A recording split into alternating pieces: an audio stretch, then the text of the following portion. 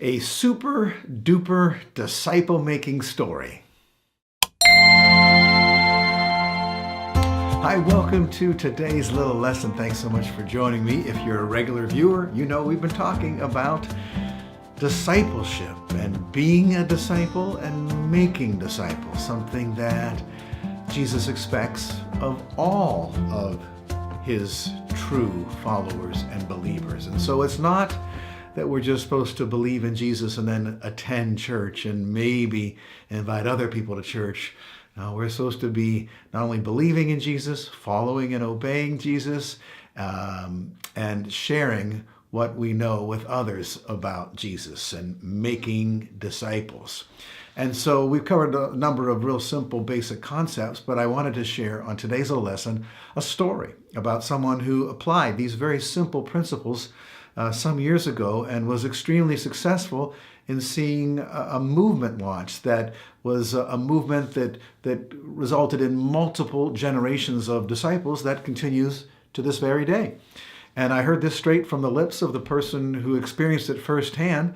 His name is Curtis Sargent, and he and his wife Debbie went to China in the early 1990s to Hainan Island off the southern coast of China. It was a province of people who spoke Hainanese, and it wasn't even a written language. So the very backward folk, very primitive folk by modern standards, and an unreached people group, just maybe no more than 100 believers amongst a population of almost 7 million Hainanese.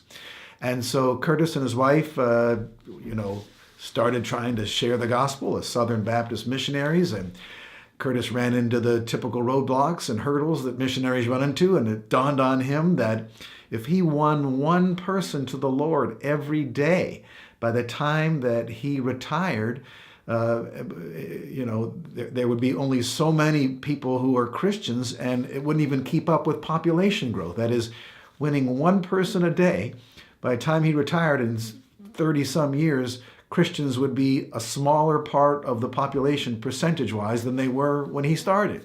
So he realized, I have to do something to multiply. I have to plant churches that will plant churches that will plant churches. And that's exactly what he set out to do. And he erased all of the typical hurdles of having only trained clergy professionals be leaders. He tried to train everyone to be a leader, because every Christian can be a leader and can lead other people to Jesus Christ. And every Christian can also disciple other Christians, because if you know more than somebody else, well, you can share it, okay? And we do that all the time on many other levels and different realms in our secular lives. All right. So he began making disciples, teaching them to make disciples, who then in turn would teach their disciples to make disciples. And within a few years, they had thousands of believers. Curtis, I think, only ever knew maybe about 60 of them altogether. Realize this is communist China, and so things are underground and secretive and clandestine. They're not building church buildings. They're not doing stuff out in the open because it's all illegal. And so he and his wife were able to leave then after just a few years. And that movement has continued today to where there's almost 1 million people in Hainan province in China who can trace their spiritual legacy back to this one missionary couple. Isn't that astounding? Now, what if we all were able to do that? Well, we might not be able to do it to the extent that Curtis and Debbie Sargent did it, because they were amongst an unreached people group, and there wasn't a lot of Christian religious inertia against what they were doing. Of course, there were obstacles and hurdles and roadblocks and resistance on other levels, but let's face it, the harvest is riper in some places of the world than it is in other places of the world. And for example, here in the United States of America, where I happen to live, Christian religion has had a building inertia since before it was even a nation. And in many traditional forms and fashions. It exists today, and so people aren't open to the idea of, in many cases, simple faith in Jesus Christ that results in obedience to his commandments, which then means I'm a disciple who's trying to make disciples. And we can do that outside of the context of all the things that a lot of folks think are absolutely essentials to Christianity, which of course you can't find them anywhere in the book of Acts. Things like buildings and programs and staff and salaries and all that kind of stuff that actually slows down in many ways the process of disciple making, because there's so many other things that people are pursuing. Buildings and programs and staff and so on and so forth. When just making disciples becomes your singular goal, and you realize that I can do that anywhere, anytime, I don't need a building. I don't need we don't need a trained seminary trained professional, a Bible school graduate. No, if I know Jesus, if I believe in Jesus, I can tell someone else how to believe in Jesus. I can tell them what it means to be born again.